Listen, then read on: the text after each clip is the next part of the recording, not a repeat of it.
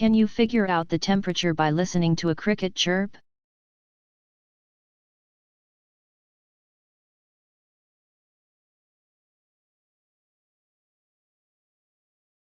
Yes, the warmer the night, the faster a cricket sings. This phenomenon is so reliable that a mathematical equation can be used to calculate air temperature. Count the number of cricket chirps made in 13 seconds. And add 40, and you will get the temperature outside, in degrees Fahrenheit.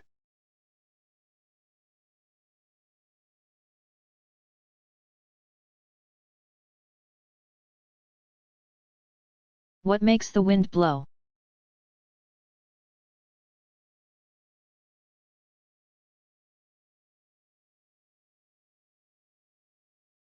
Wind is simply air that moves along Earth's surface. Its speed, or velocity, is measured in miles per hour, mph, or kilometers per hour, kilometers per hour. The sun is largely responsible for wind patterns around the world. The pattern begins in the tropics around the equator where the sun heats the air, which becomes lighter and then rises. Cooler air rushes into the area where the warmed air was, and the process is repeated again and again. The heat of the sun along with the eastern movement, or rotation, of Earth on its axis causes this pattern of air movement around the equator. And this pattern, in turn, affects wind patterns all over the world.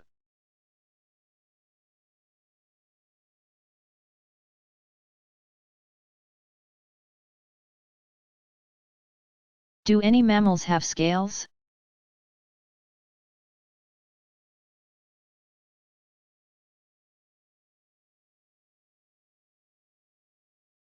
Mammals are usually identified by their furry outer layer, but there are some mammals with a hard, scaly covering that makes them look more like reptiles than mammals. The pangolin, which lives in parts of Asia and Africa, is covered with scale-like plates that are actually modified hairs. Pangolins eat mostly ants and termites, foraging with their pointy snouts and their long, worm-like tongues. They protect themselves from predators by rolling themselves into a tight ball and sticking their sharp scales out. The armadillo is another mammal with an unusual outer layer, covered in protective, solid plates of armor over most of its body. The armadillo looks like an animal from prehistoric times. These shy, nocturnal animals are more likely to run away from potential enemies than to fight. When threatened, some species can pull their legs underneath their armor like a turtle retreating into its shell.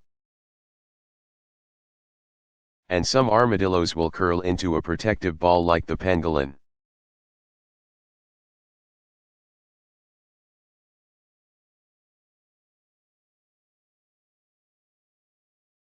Why are flowers brightly colored?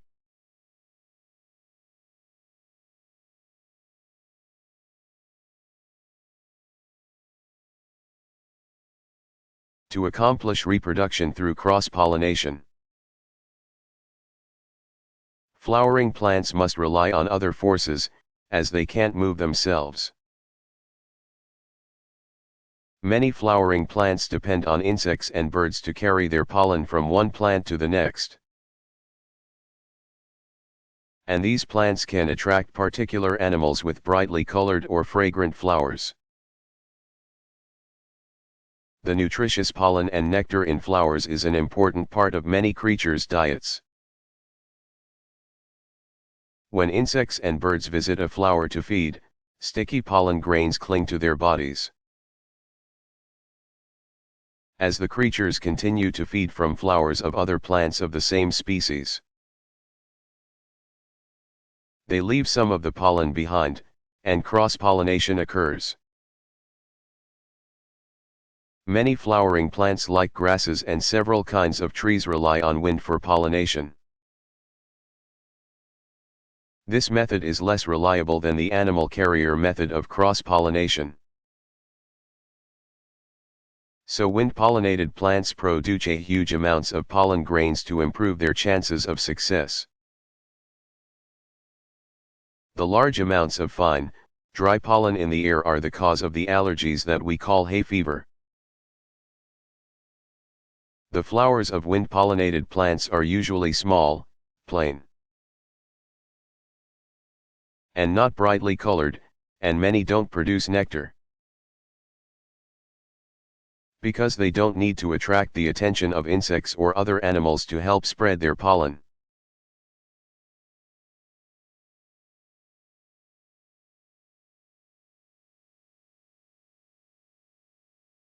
What is an asteroid?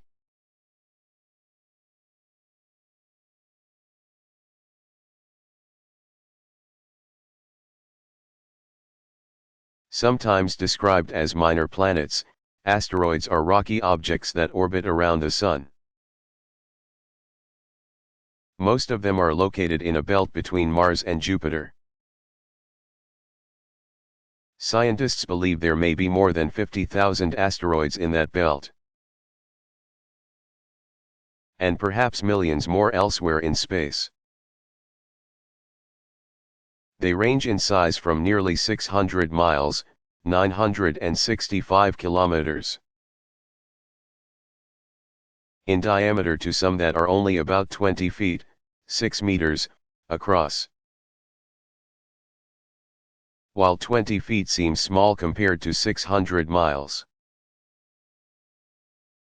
The smallest asteroids would still have a pretty impressive impact if they hit Earth. Slight changes in asteroids' orbits occasionally cause them to collide with each other, resulting in small fragments breaking off from the whole. Sometimes these small fragments leave their orbit and fall through Earth's atmosphere as meteors, called meteorites if they hit the planet's surface. Some scientists have suggested that it was a huge asteroid's collision with Earth 65 million years ago that caused the massive damage that led to the extinction of dinosaurs.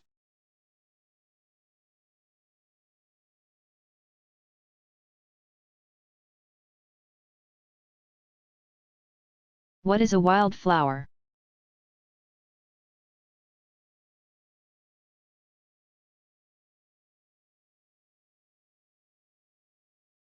Wildflowers are flowering plants that grow in the wild, in their native habitats. Most of the flowers that people plant in their gardens or keep in their homes are cultivated, which means they have been grown with the help of people rather than occurring on their own in nature. Over the past several hundred years, gardeners and scientists have worked to gradually improve the plants that they grow. To improve a plant species, people work to germinate, or grow plants from only the seeds that came from the best plants, discarding the seeds of weaker, less attractive plants. Further improvement comes from hybridization, or crossbreeding. In this process, a plant that has beautiful flowers but no scent might be combined with a different plant that has dull flowers but a lovely fragrance. The hoped for result is a plant that combines the best of both plants' features, producing pretty flowers that smell nice. This kind of change occurs very slowly, over long periods of time. But the plants that people began with were plants that grew wild. Some plants grew in one part of the world, while others only grew in another part. As people began to travel more, however, they collected plants not native to their homelands, bringing them back to raise at home. Many of the plants that we buy for our gardens today originally came from far away and are the products of the breeding efforts of generations of plant experts. Wildflowers are perfectly suited to their environments because they have not been transported from foreign lands. They have also not been changed by plant breeding, and they exist in their original state. Wildflowers grow in many different environments, like fields, swamps, and forests, and even in your own backyard.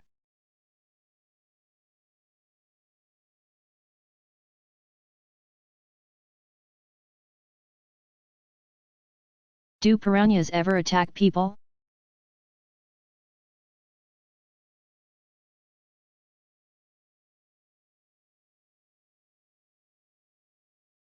Piranhas have a reputation for being vicious hunters with a strong attraction to the scent of blood.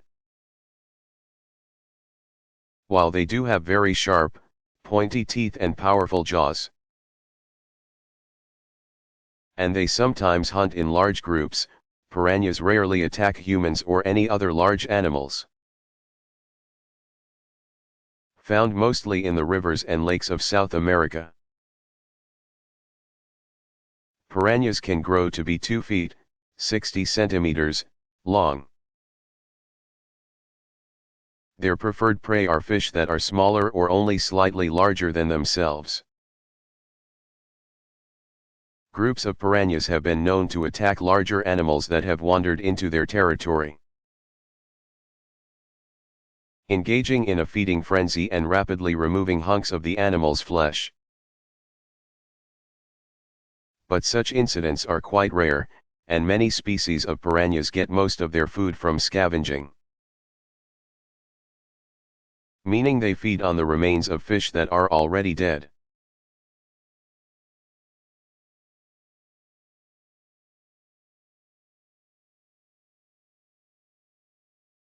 Why do people have to die?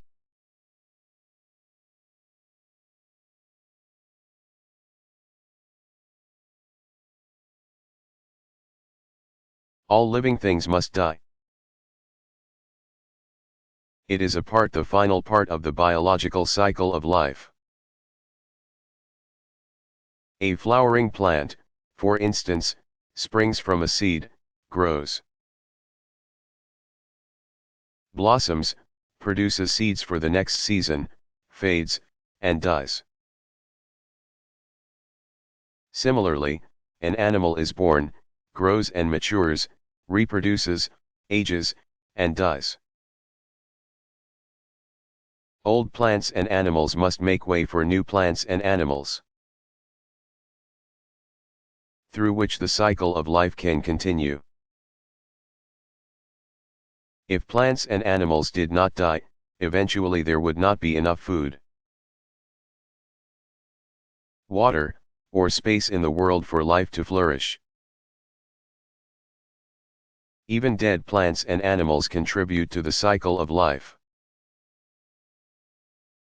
for their remains enrich the soil for the next generation of living things. New generations of plants and animals are needed to ensure the survival of life on our planet. The world's environment is constantly changing, and new plants and animals with unique characteristics resulting from the combined genetic contributions of their parents may be better equipped to survive under the evolving conditions. This process of change and improved survival, which has taken place gradually over millions of years, ever since life began, is called evolution. Just like all plants and other animals, People also experience this biological cycle of life. A person is born, grows into physical maturity during adolescence. Perhaps has a family in adulthood, ages, and then dies. At death, the cycle of life is completed as that individual makes way for following generations. But because people are such special beings, they can live on in so many other ways besides in the genetic makeup of their offspring after they die. A great painter or writer, for example, can live on in the work that he or she has left behind for others to enjoy. A politician may leave behind new laws that improve the lives of many. A parent or friend may live on in the minds and hearts of his or her loved ones. Thanks to the experiences and affection that were shared and the memories left behind. The time that each person spends on earth, and every contribution he or she makes, however small, like planting a tree to make the world a little healthier, is an important part of the cycle of life and has an impact on future generations.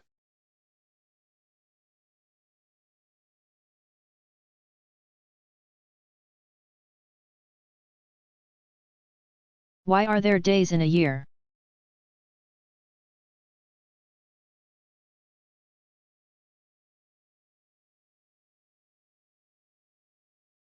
A long time ago, thousands of years, in some cases. When ancient societies recognized the need to record events and plan future happenings, calendars came into being. In colder climates, a calendar reflected the changing of the seasons and the movements of Earth around the Sun. A solar, or sun-based, calendar, with some modifications made by different regions and religious groups, is in use in most of the world today. In warmer climates, where seasons passed without dramatic climate changes, calendars were based on the actions of the moon. Such moon-based, or lunar, calendars still exist in a few places. In the system of solar calendars, the length of a day is determined by the approximate amount of time it takes Earth to rotate once on its axis, about 24 hours. The length of a year is measured by the time it takes Earth to rotate around the Sun. 365 days, 5 hours, 48 minutes, and 46 seconds. In 45 BC, Roman Emperor Julius Caesar instituted what came to be known as the Julian calendar. The Julian calendar was based on a solar year, with a year consisting of 365 days, 6 hours. The year was divided into months that were either 30 or 31 days long. Except for February, which has 28 days. Caesar also decreed that the year would begin with January 1st, previously the year had begun on March 25th.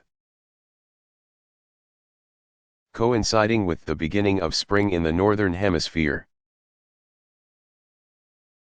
It turned out that the Julian calendar, still in use in some parts of the world, in estimating that a year is 365 days, 6 hours, was off by almost 12 minutes. After several hundred years, those minutes added up, and the Julian calendar was about a week off course from the movements of Earth around the Sun. In 1582 another major calendar reform took place, this time instituted by Pope Gregory XIII. The Gregorian calendar, used in the United States and most other countries of the world today. Made further adjustments to align it more closely to astronomical movements.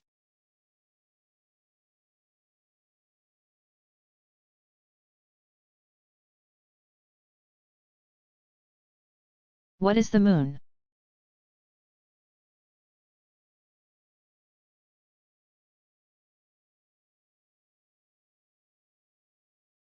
The planets of our solar system orbit the Sun, held in their paths by the Sun's gravitational force. Other heavenly bodies in our solar system called natural satellites or moons orbit the planets in a similar way. Some planets have many moons, Saturn has 18, but Earth has just one. Our Moon is an almost round natural satellite that consists of layers of different rock, similar in structure to Earth. It is believed that both were created at the same time, when our solar system was formed. Some scientists think that the Moon broke off from Earth after our planet collided with another. Unlike Earth, however, the Moon has no water or atmosphere, so nothing can live or grow on it. Without an atmosphere, nights, where the Moon is turned away from the Sun, are fiercely cold, and days, where the Moon receives the Sun's full rays, are very hot. The Moon is located about 240,000 miles, 386,400 kilometers, from Earth, close enough for astronauts to make a visit. The Moon's diameter is about 2,160 miles, 3,478 kilometers.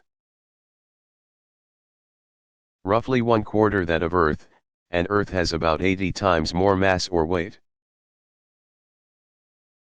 The Moon does not shine on its own, the moonlight that we see is simply sunlight reflected off its surface.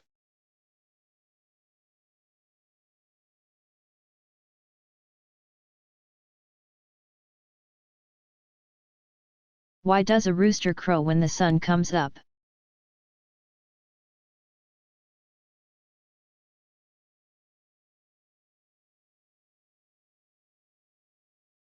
A farm rooster is an adult male chicken. Long ago, when chickens had not yet been tamed or domesticated by people and lived in the wild, roosters crowed to call female chickens to mate. This loud crowing caused problems for roosters, though, because it attracted predators as well as female chickens. So to avoid being eaten, roosters began to do most of their crowing when they couldn't be easily seen. Like at dawn or at nightfall, when light was dim. Today's roosters continue the habit, crowing mostly in the early morning or early evening. But it is usually most noticeable at dawn because there aren't a lot of other activities and noises to distract your attention.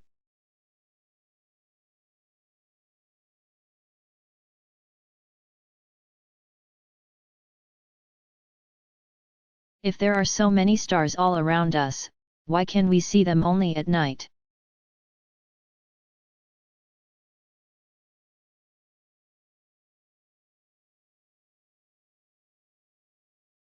When our sun shines on us during the day, the light is so bright that we cannot see any other stars in the sky.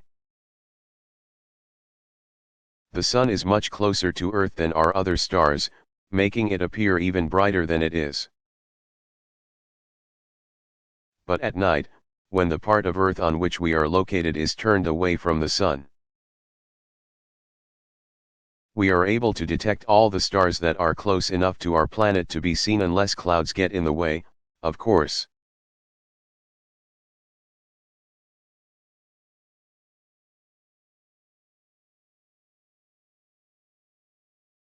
How much food does an elephant eat each day?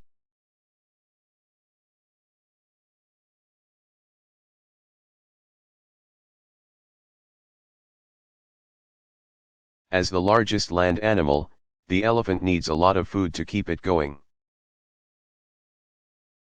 An elephant eats all day long, browsing or grazing on vegetation like grasses, leaves, and fruit.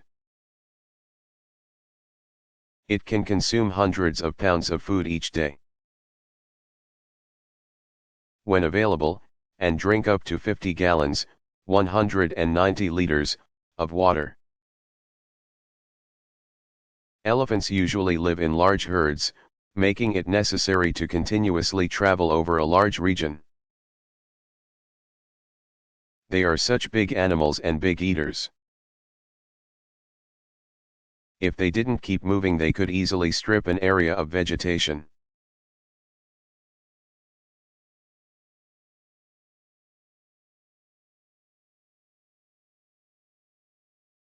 Can all birds fly?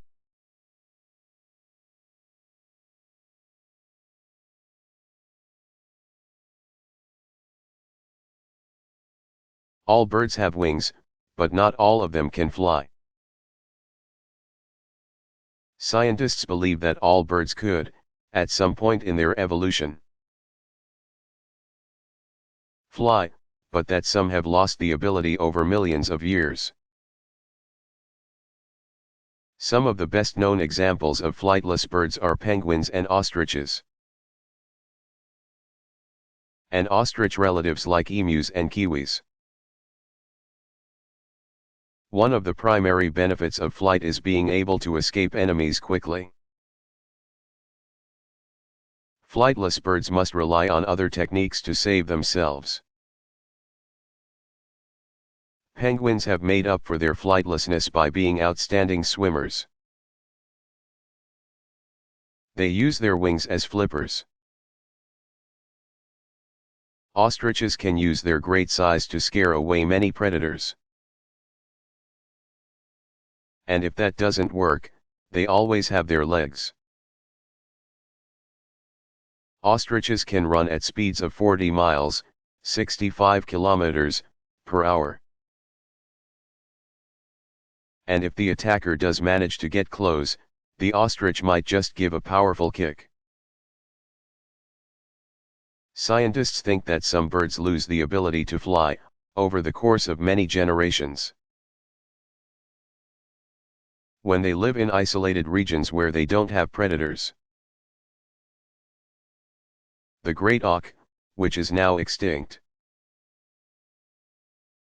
inhabited an island where flight was unnecessary because there were no mammal predators present. Therefore, from lack of use, the great auk's wings became useless over time. Other birds in the same family as the great auk that live in regions populated by predators have never lost the ability to fly.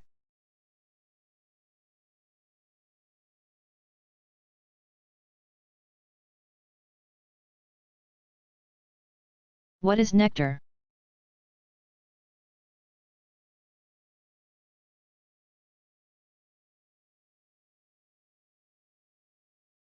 Nectar is a sweet liquid made in special glands called nectaries in flowering plants.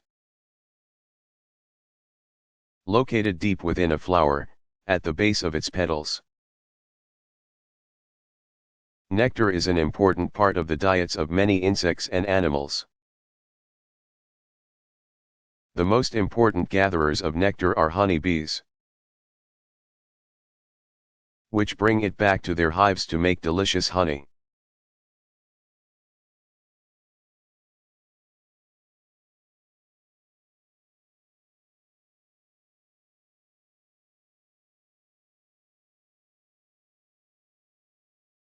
Why do some trees lose their leaves in autumn?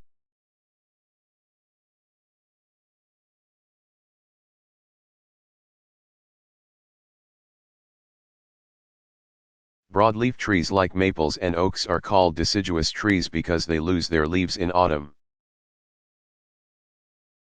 The loss of their leaves prepares these trees for the lack of water in winter. Cold, dry air has little moisture in it, and snow can supply water only when it melts.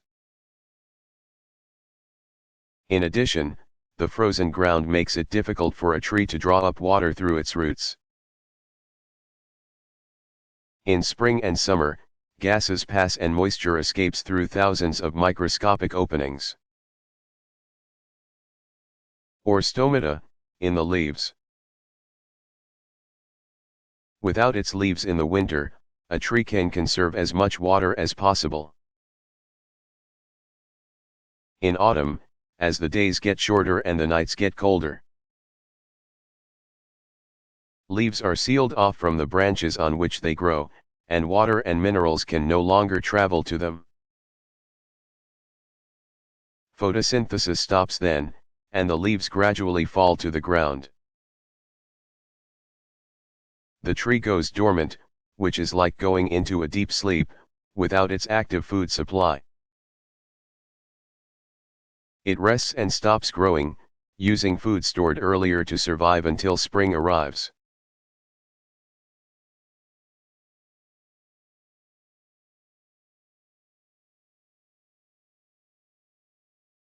What is the tallest building in the world?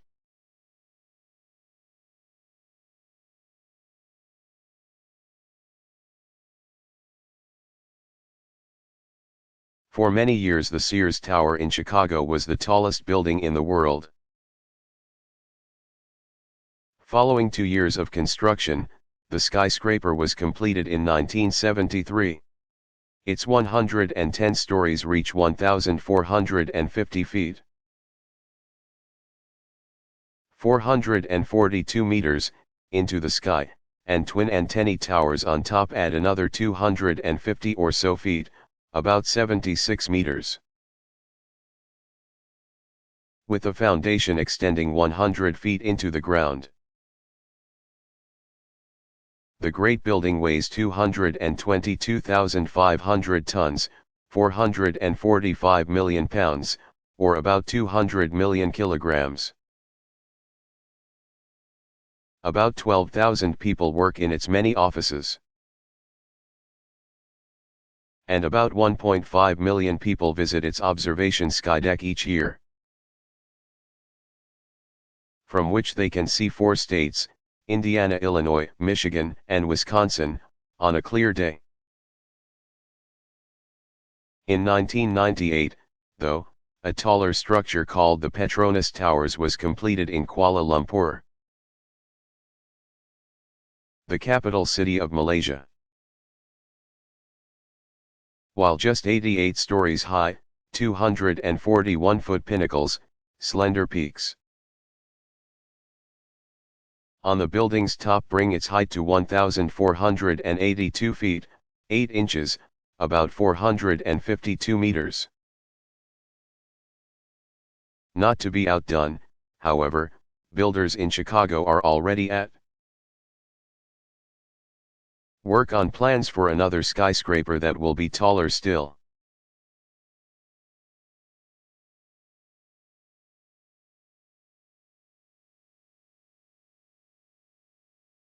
Which tree is the tallest?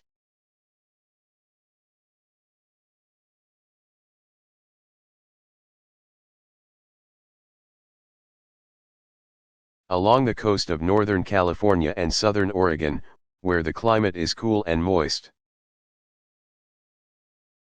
live some of the largest and most ancient trees in the world.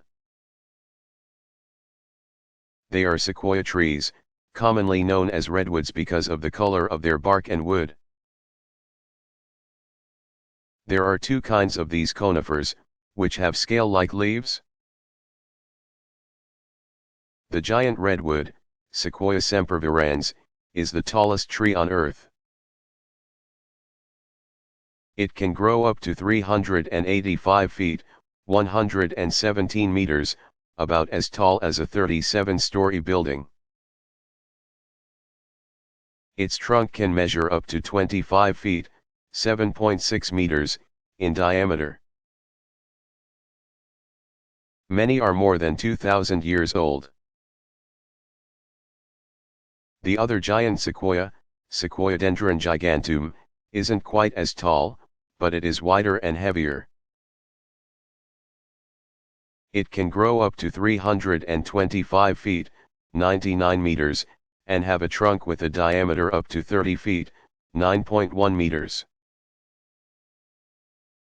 With the biggest of these trees weighing an estimated 2,500 tons. They are considered the largest living things in the world, even bigger than blue whales. They have also been around longer than giant redwoods, with many almost 4,000 years old.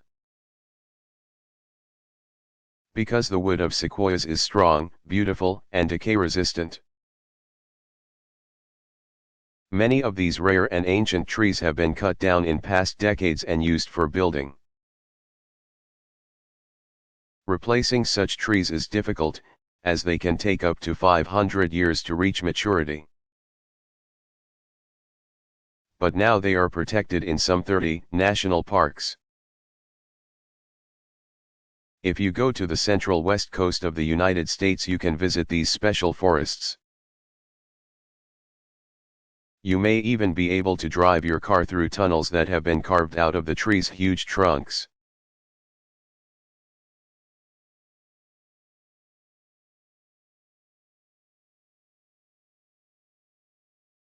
Why do men and women marry?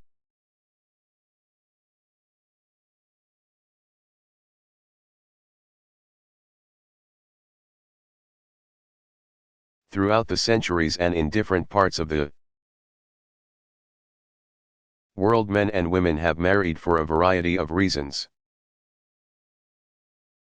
It used to be common for young people to marry the person their parents chose for them. And some cultures continue to practice arranged marriages. Throughout most of the world today, however, a man and a woman usually marry because they love each other and want to be together and care for one another for the rest of their lives. Adults often want to have children together and raise them in a family. While people don't have to be married in order to have children. Many people feel more comfortable raising a family as part of a married couple. When a man and a woman marry, they make their permanent partnership public. After a marriage ceremony, they are connected by a legal contract or agreement, a marriage license that can only be dissolved by another legal decree known as a divorce. Though death legally ends a marriage as well. Marriage grants a couple a new legal and social status, changing such things as the way they pay taxes and the amount they pay for health insurance. Many employers, for instance, extend an employee's health insurance benefits to that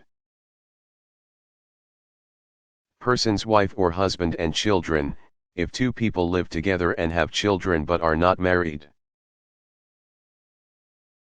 The employee's family often cannot participate in the company's health plan.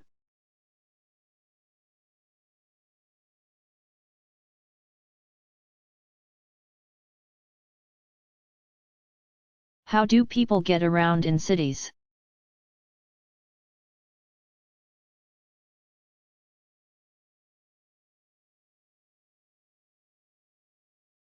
Because there are so many people gathered in such a limited area in a city.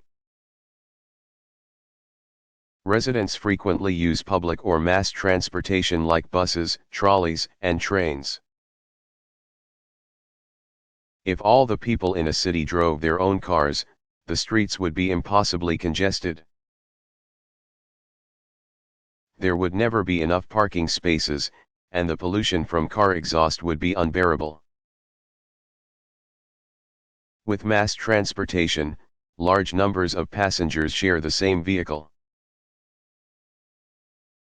which is kept in constant use throughout the day. Buses and trains can move more people from one place to another using less energy and producing less pollution than if private cars were used. Because mass transit vehicles usually travel set routes, they require less land space than cars. And subway trains are ultimate space savers, because they travel in tunnels underground. These electric railways are usually quick-moving as they don't have to contend with other traffic. Passengers get on and off at underground stations that connect to streets above. Actually, a lot of activities take place below the ground in cities, because surface space is so limited. While mass transportation has many advantages, it can also be somewhat inconvenient. Because buses and subways travel set routes, they usually can't drop passengers off directly at their destinations. People also have to make travel plans that fit the schedules of the vehicles. So some people in cities do own and drive cars. And because space is so limited, usually pay to keep them in long-term parking spots when they're not in use. And even when car owners drive to places in the city and park temporarily, they almost always have to pay a fee. Taxicabs, however, offer the convenience of a car without the expensive care. People can hire cabs to take them directly to their destinations. Passengers pay according to the distance traveled, which is measured by a taximeter. Taxicabs are similar to mass transit vehicles because they are in constant use throughout the day, moving many people from one place to another. The cheapest and most environmentally friendly way to get around a city. And the best way to see its sights is to walk.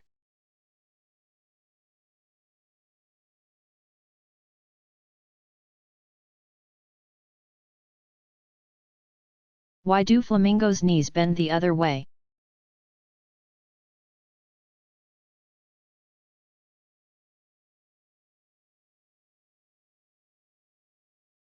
If you've seen flamingos, and some other long-legged birds, like cranes, you've probably noticed that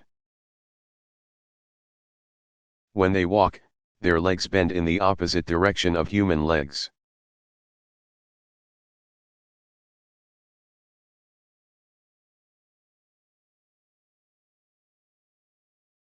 How can mammals that live in the water sleep?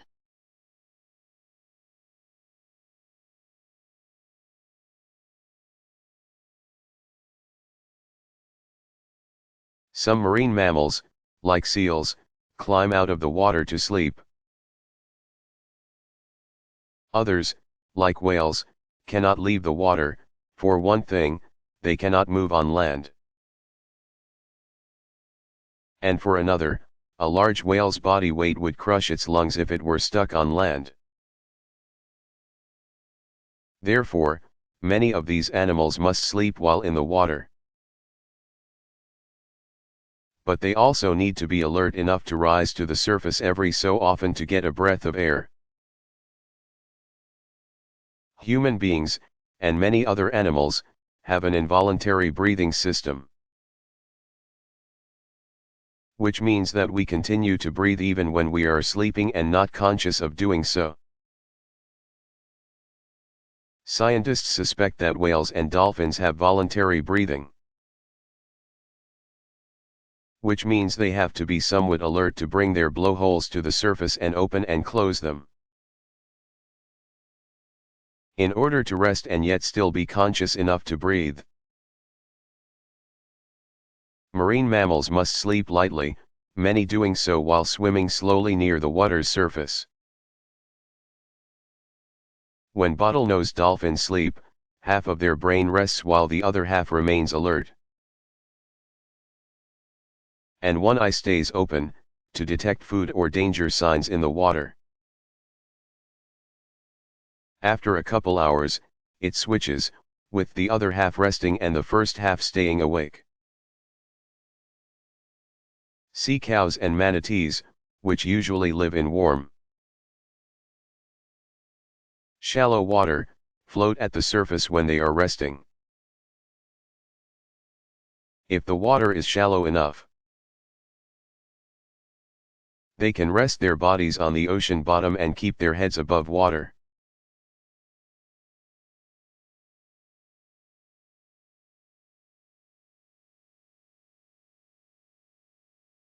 Why are some mountain tops covered with snow even throughout summer?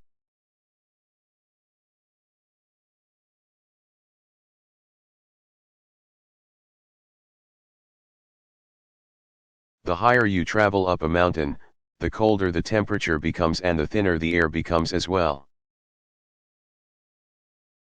Which means there are smaller quantities of the gases, like oxygen, that make up air.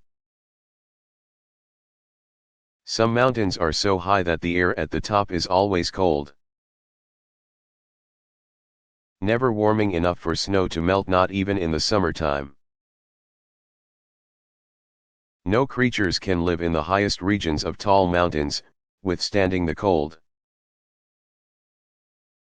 wind, and thin air, beyond a certain height, 13,000 feet. Or 3,965 meters, in warm regions, even trees cannot grow on mountainsides. To stay alive when climbing the highest peaks,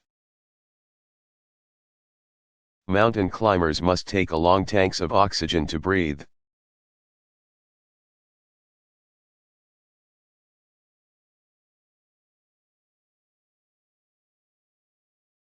What is the funny bone?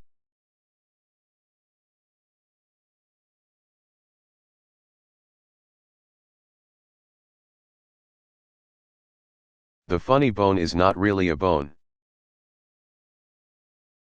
It is actually a big nerve that runs through your forearm to the back of your elbow. When you hit that nerve in your elbow on something hard, it really hurts and sometimes causes tingling or temporary numbness in your arm.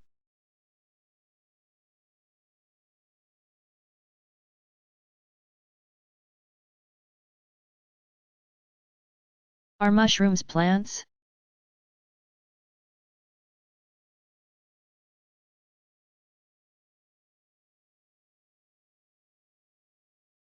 Fungi, which include mushrooms, molds, and mildews, are not really plants. They have no real roots, leaves, or stems, and contain no chlorophyll with which to make their own food. That's why they aren't green and don't need sunlight. Fungi feed mostly on dead plant and animal matter, which helps keep the environment clean and enriches the soil. Some fungi feed on live plants and animals, though, often harming their hosts. A fungal disease called rust, for instance, can completely ruin the wheat crop it has infected. Mushrooms are the visible parts of certain fungal, basidium,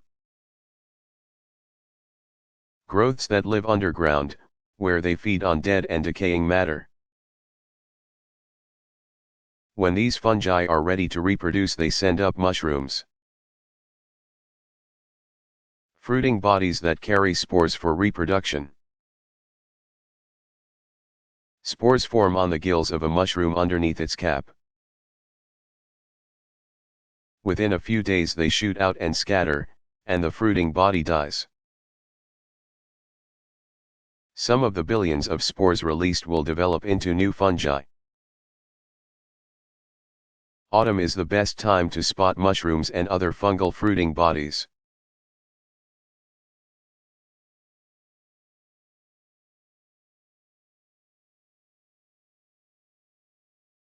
Why do we have leap years?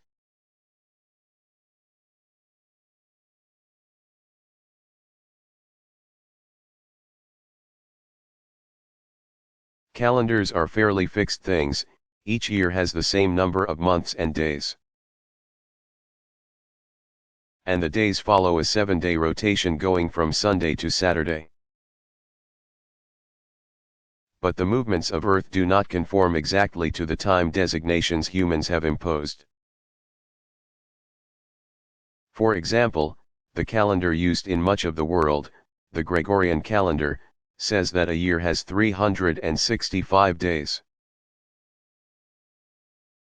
In fact, it takes Earth about 365.25 days to go around the Sun. That extra 1/4 day must be accounted for in the calendar, or eventually, the calendar and the seasons of the year would no longer be aligned. To correct this problem, an extra day is added to the calendar every 4 years. In such years, called leap years, February has 1 extra day, or 29 days. When the Gregorian calendar was devised, astronomers realized that even adjusting the calendar to add 1 day every 4 years would still not make it match exactly the movements of Earth. So they decreed that when that 4th year falls in a century year, one with 2 zeros at the end, that is not divisible by 400, like 1700 or 1900, there would not be an extra day.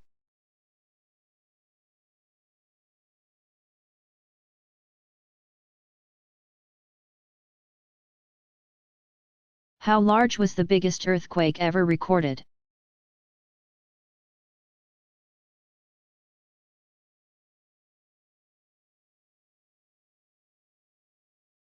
Throughout recorded history, numerous giant earthquakes have occurred,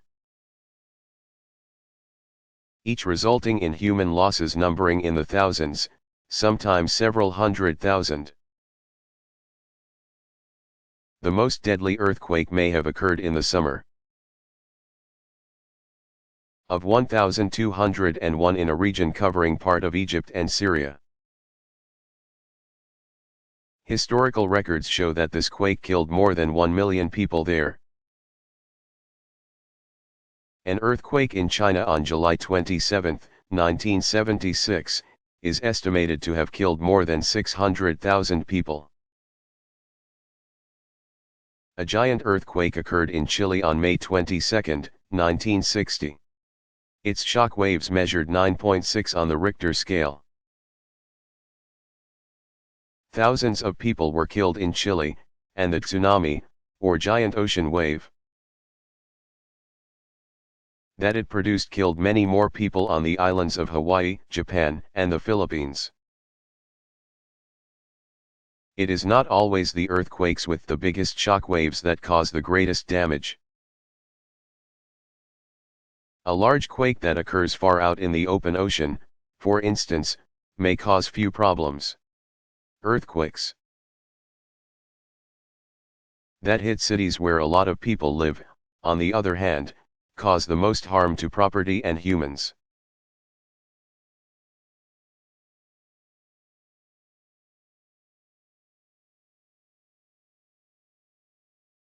Why do I poop?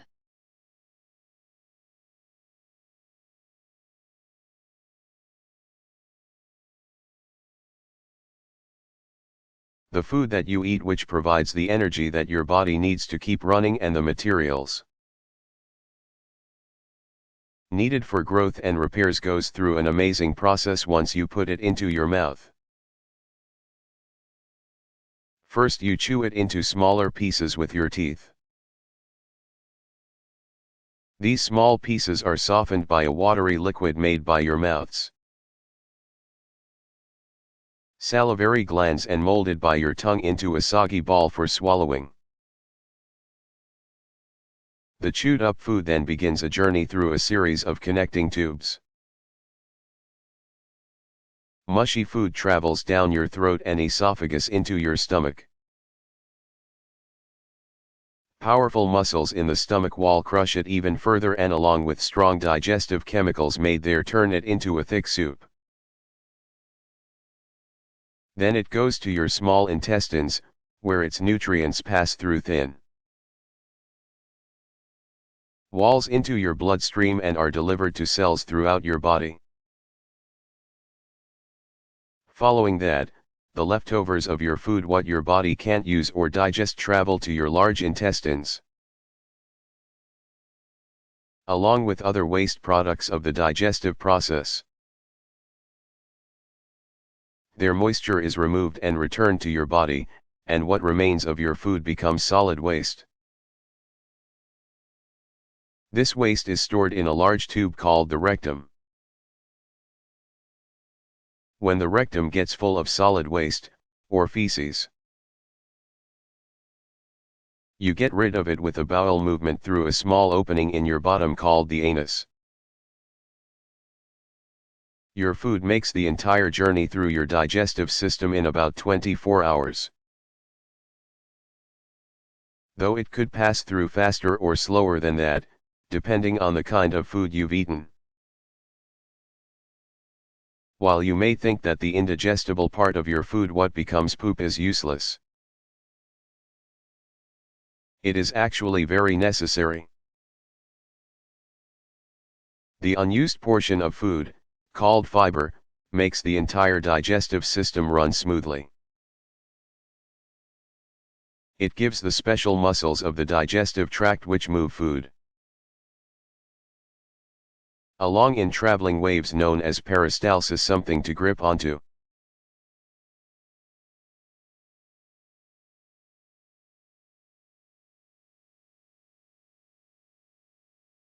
Which snake is the biggest?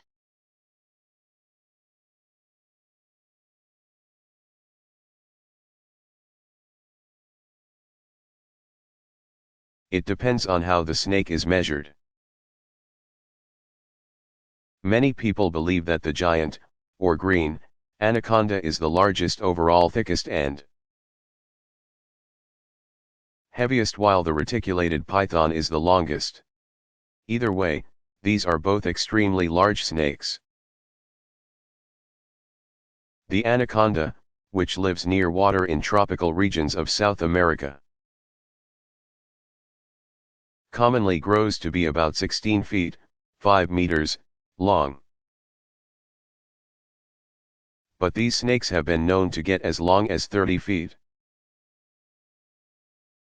9 meters, and they can weigh several hundred pounds. They capture prey by lying in the water at night, waiting for animals to come to the water's edge for a drink. Anacondas belong to the group of snakes known as constrictors, meaning they squeeze their prey to death rather than using venom. While they will sometimes capture animals as large as deer when in search of a meal, anacondas are typically not very aggressive in the wild. Pythons are also non-venomous constrictors. The reticulated python, one of about 25 species of pythons, is thought to be the longest snake in the world. It often grows to be about 26 feet, 8 meters, long, though longer specimens have been recorded. The Guinness Book of World Records notes that the longest snake ever measured was a reticulated python that was around 33 feet, 10 meters, long. Pythons frequently live near cities and can often be found by riverbanks.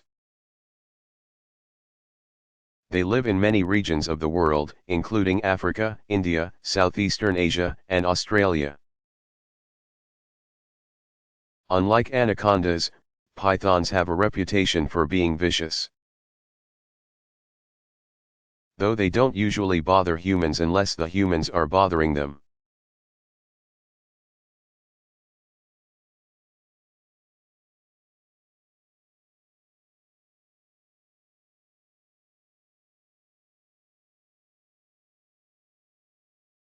What kind of government does the United States have?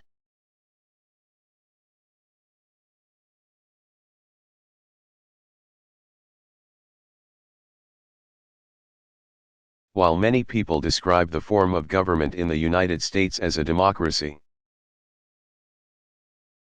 it is technically defined as a federal republic. Federal means that the individual states have some power but that a central national government has authority over them. Republics and democracies are, in fact, very similar, and in some cases, interchangeable. In a republic, the people have the power to elect leaders who govern according to a set of laws. In the United States, the Constitution and the Bill of Rights lay the groundwork for all laws that follow. That definition is very close to that of a kind of government called constitutional democracy. In that type of government, people exercise political power by electing leaders. These leaders, and the citizens of the country, are bound by a set of laws that guarantee certain freedoms, like the right to speak freely or practice any religion. While the U.S. government may be defined as a republic, many of its governmental processes are democratic in spirit.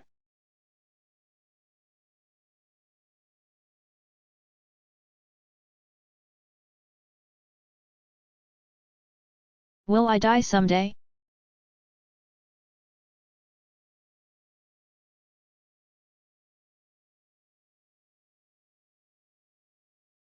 Because all living things must die when they complete their life cycle. And because no person has ever escaped death, it is certain that you will die someday. But because medical science has eliminated or brought under control many of the diseases that once kept people from reaching old age, it is likely that you will live a very long time. Today, the average life expectancy of a man living in the United States is around 74 years. The average American woman will reach about 80 years of age. And because medical science continues to improve healthcare and is studying old age and trying to find ways to minimize its effects, the average lifespan is expected to climb higher still. For people fortunate enough to live in a wealthy, industrialized nation, like those in North America and Western Europe, their chances of living a longer life are improved by those countries' high-quality living conditions, food supply, and medical care. Your genes, inherited from your parents, also play a role in your lifespan. In addition to determining things like your hair color and height, your genes can also affect your ability to avoid certain diseases or conditions. Finally, your behavior and lifestyle have a lot to do with how long you'll live. Eating right, getting enough sleep, exercising, and seeking regular medical care can all contribute to a longer life.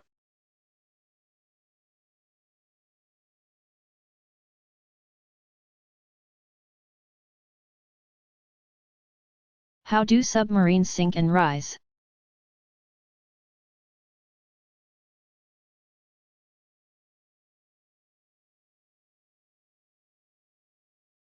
The body of a submarine is uniquely constructed.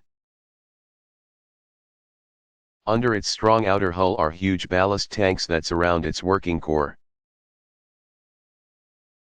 The tanks can be filled with and emptied of seawater and air, which allows the submarine to sink or rise in the water. When a submarine travels on the surface, its ballast tanks are filled with air, which makes it less dense than the seawater it displaces, and it floats. But when a submarine needs to submerge or dive below the surface, its ballast tanks are flooded with seawater. This action makes the submarine sink. now equal in density to the water that surrounds it, it can move about below the surface. Motor-driven propellers are used to move the vessel along its streamlined shape, creating as little water resistance as possible. And swiveling fins located on its sides, called hydroplanes, directed up and down. When a submarine needs to return to the surface, compressed air stored in tanks is blown into the ballast tanks. This air forces out the seawater, and the vessel begins to rise, aided by the hydroplanes. Once again lighter than the seawater it displaces, the submarine is able to float on the surface.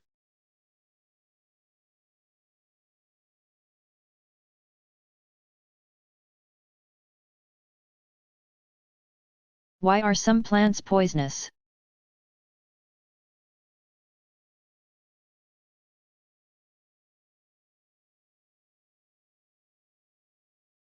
Plants can't run away from predators, animals that will eat them, so some have developed other methods of defense.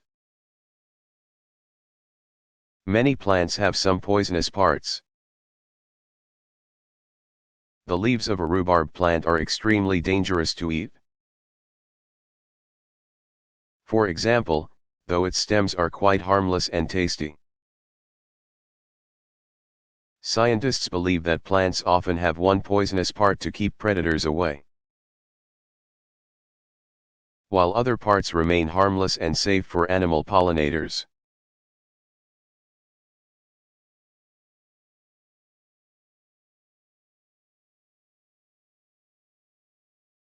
How do people who are blind get around?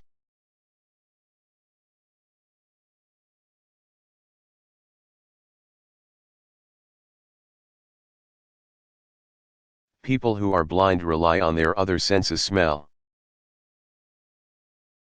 touch, hearing, taste to help them manage in the world.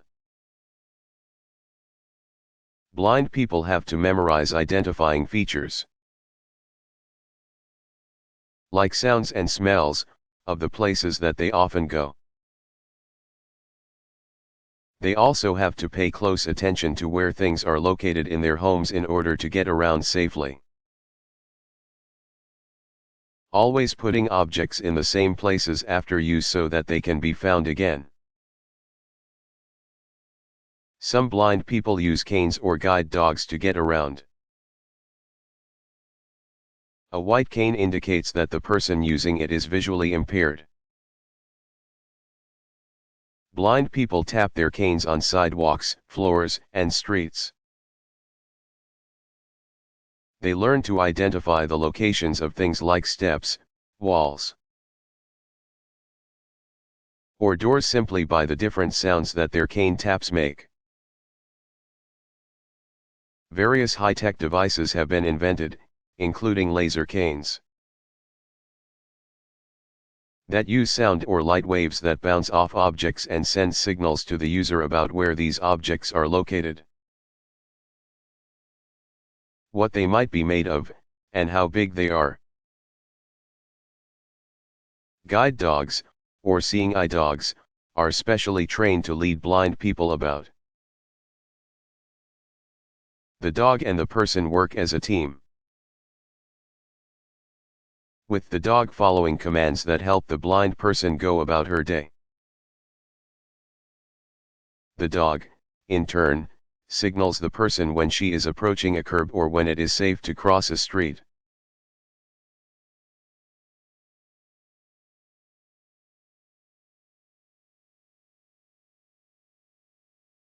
Why can't I yell or hit when I'm mad?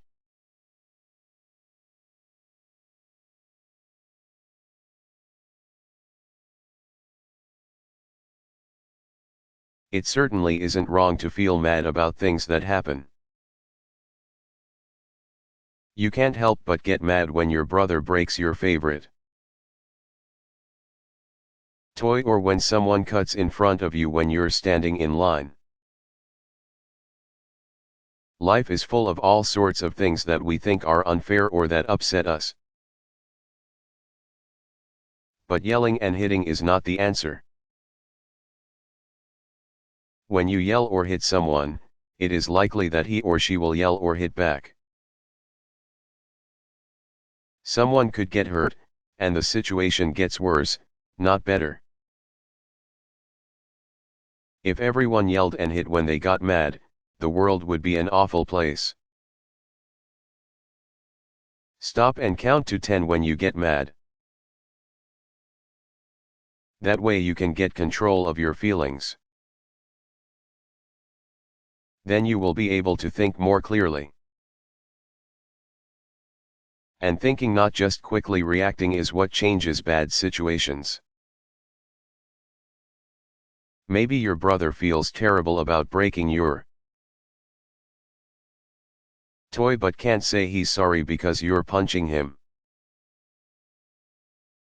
Instead, tell him how sad you feel and give him a chance to apologize.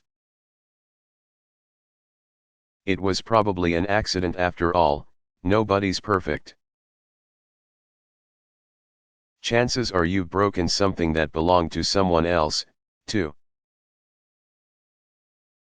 And if you and your brother use your brains instead of your raised voices and fists, maybe the two of you can think of a fair solution. Sometimes even when you talk reasonably to the person who has made you mad, he or she still doesn't respond in a nice way. It is hardest then to control your feelings.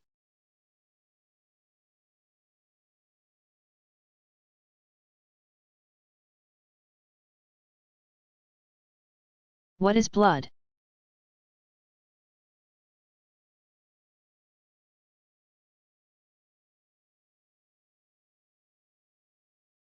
Blood acts as your body's transportation system. Pumped along by your heart, blood brings oxygen from the air you breathe and nutrients from the food you eat to all the cells of your body. It also keeps cells clean and healthy by taking waste products away after the nutrients and oxygen have been used for processes like growth and repair. In addition, blood transports hormones, chemicals made in glands that control a variety of processes throughout your body. Blood also carries heat throughout your body. More than half of your blood is a watery liquid called plasma. Plasma contains things like nutrients and waste products, along with chemicals and matter needed for clotting, or sealing a wound before too much blood escapes. The rest of blood is made of tiny cells. Most are red blood cells, which distribute oxygen throughout your body and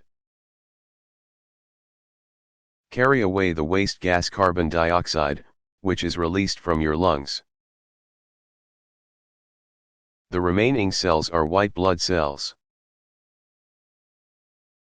which protect you from infections by attacking and destroying disease-causing germs that enter your body. Red blood cells are the smallest cells in your body. But what they lack in size they make up for in number. In a drop of blood the size of the head of a pin there are 5 million red blood cells. In that same drop are 10,000 white blood cells and 250,000 platelets. Small ovals of matter that gather wherever a blood vessel is injured to plug the hole and help form a clot.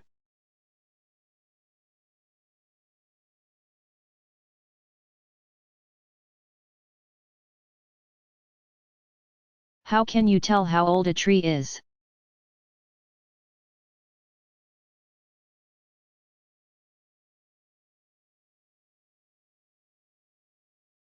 When a branch or the trunk of a tree is cut, you can see a series of rings inside. If you count each ring, you can tell how many years the tree has lived.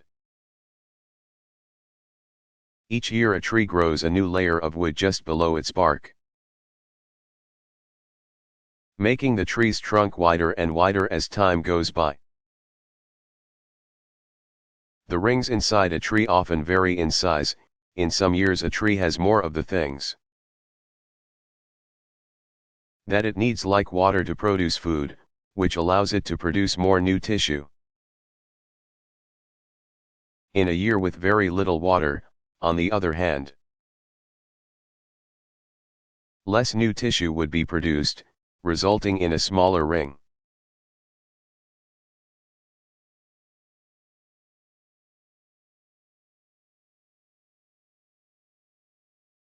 Does it hurt to die?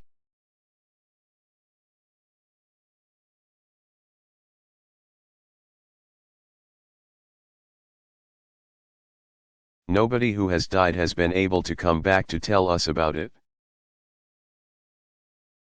So it is impossible to know whether dying hurts. But people who have had near-death experiences, those whose hearts have stopped, for instance, but were later restarted, have only good things to report. Most tell of a peaceful sensation of floating above their bodies. A number also describe traveling through a tunnel toward a beautiful light, or having loving meetings with friends and relatives who have died before them. Scientists know that when a person is in a state of very low oxygen, often a condition that precedes death, he or she experiences feelings of euphoria, or great happiness. So as far as we know, the act of dying is not painful at all. What is often painful for dying people is the thought of leaving behind their family and friends. They may also be sad at the thought of never again doing the things they love about life, like watching sunsets, or gardening, or going to the movies. In addition, they may be afraid because they are uncertain about what awaits them after death. Still, many sick people welcome death. The same wonders of medicine that have allowed people to reach old age have also enabled them to live through long, and sometimes painful, illnesses. Often, death is seen as a welcome end to pain, both for the ill person and for the family and friends who have watched their loved one suffer. People with strong religious faith, too, may fear death less because they believe they will journey to a better place.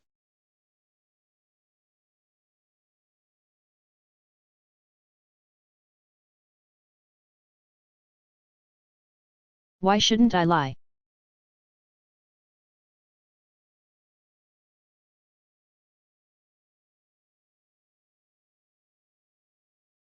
Because people live together and depend on each other for their care and safety.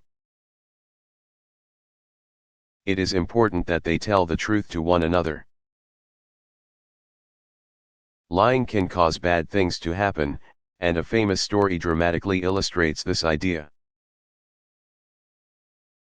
The story describes a boy who lived in a village that was sometimes threatened by wolves. One day he thought he saw such a beast and cried, "Wolf! Wolf!" The villagers ran to the boy's house with pitchforks and other weapons to protect him from the wild animal. But the boy was mistaken. There was no wolf, and the villagers were glad that he was safe. The people returned to their homes. The boy liked the attention that his cries had brought, however, and thought that he would give the alarm again. He cried "Wolf!" a second time, and again the villagers came running. Again they were glad that the boy was safe. But they told him that he should be more certain the next time before calling them. The boy cried wolf a third time, and the villagers still came, but not as fast as before. By the time he had called a fourth and fifth time, the people of the village knew that the boy was a liar. They no longer answered his calls, which turned out to be a very bad thing. When the wild beast finally did come one night, the villagers assumed the alarm was false and did not come to rescue the boy who cried wolf. Lying breaks the basic rule of conduct that helps people get along in the world. Treating others in the same way in which you would like to be treated. When you lie, it shows that you care more about yourself and about what the false information can do for you than about other people, who may face problems because of it. Imagine what your life would be like if people frequently lied to you. You would make all sorts of mistakes and be in a constant state of confusion, not knowing what was true and what was false. The world would be a crazy place if people couldn't trust one another to tell the truth. It is especially tempting to lie when telling the truth will get you into trouble. But remember this, lies are usually discovered, which only makes matters worse. All people make mistakes, but lying about what you've done makes the situation far worse. It shows that you can't be trusted. People who are truthful about their mistakes are admired because it takes courage and a great deal of maturity to admit when you're wrong. You will find that when you own up to your misdeeds, your parents or teachers will appreciate your honesty and be much more forgiving than if you had lied about it and later been found out. People appreciate others who are honest because they know those people can be counted on.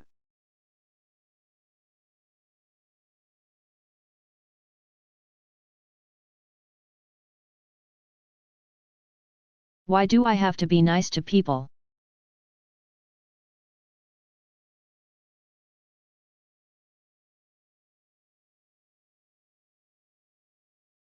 With billions of people crowded onto one planet, it is critical that we treat each other with basic decency and respect so we can get along with one another. One basic rule of behavior, called the Golden Rule, has helped people do this, century after century. That rule states that we should treat others in the way we would like to be treated ourselves.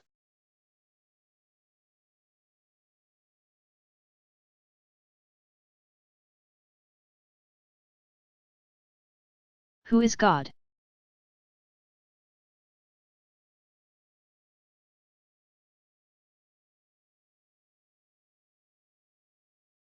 It is believed by many people that God is the perfect spiritual being who has always existed and who created everything. Although having no physical form and therefore no gender, God is usually referred to as a male. Believers feel that God made the universe and all that is in it. God is thought by many to be all-knowing and all-powerful. In many religions, it is thought that the souls of people who have led good lives on earth join God after they die. While many of the world's most widely practiced religions, Christianity, Islam, Judaism, teach of the existence of a single supreme being, called God in Judeo-Christian religions and Allah in Islam. Some religions teach that there are many gods. Hinduism, practiced by many people in India and elsewhere, teaches that there are many gods, but all are part of one divine being, called Brahman. Some people feel that God is everywhere and part of everything, the universe itself. And all life, and all natural occurrences, are divine. Others, called atheists, do not believe a supreme being exists in any form.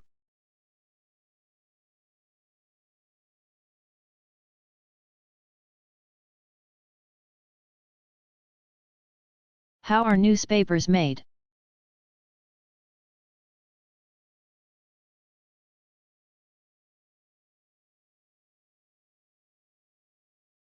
People usually read newspapers to get information about current events. Things that are happening at the present time or have just occurred. So when the people that work for a newspaper learn about something that would make a good news story, they move quickly. Reporters are immediately sent out to gather as much information about the situation as possible, and photographers take pictures that add visual information. When they return to the newspaper office, the reporters type their story into a computer. And camera film is developed into photos in a darkroom. The photographs are put into the computer with a device called a scanner. Increasing numbers of photographers use digital cameras, which means their photos do not have to be first developed on paper. They are automatically in digital, or computer ready format and can be transmitted over phone lines or via satellites, just like email or other electronic files. Once the photos are in digital format, the printed story and the pictures that illustrate it are arranged together. The story may take up part of a newspaper page or may extend for a few pages. Designers arrange all the stories and photos that make up a newspaper into visually appealing, easy-to-read pages on the computer screen. They are then printed out on pieces of clear film. Next, the film print of each newspaper page is laid on a light-sensitive metal plate. When it is exposed to a flash of bright light, shadows of the film's letters and pictures are left on the plate. The shadows are permanently etched or marked into the plate when it is soaked in acid, which eats some of the metal away. What is left is a perfect copy of the film print of the newspaper page, with its words and pictures appearing as grooves in the metal. The newspaper page is now ready to be printed on paper. The metal plate is first wrapped around a roller on a motor-driven printing press and coated with ink. After being wiped clean, ink still stays in the grooves. When paper, in big rolls, is passed under the roller, it is pressed into the grooves, and perfectly printed pages appear.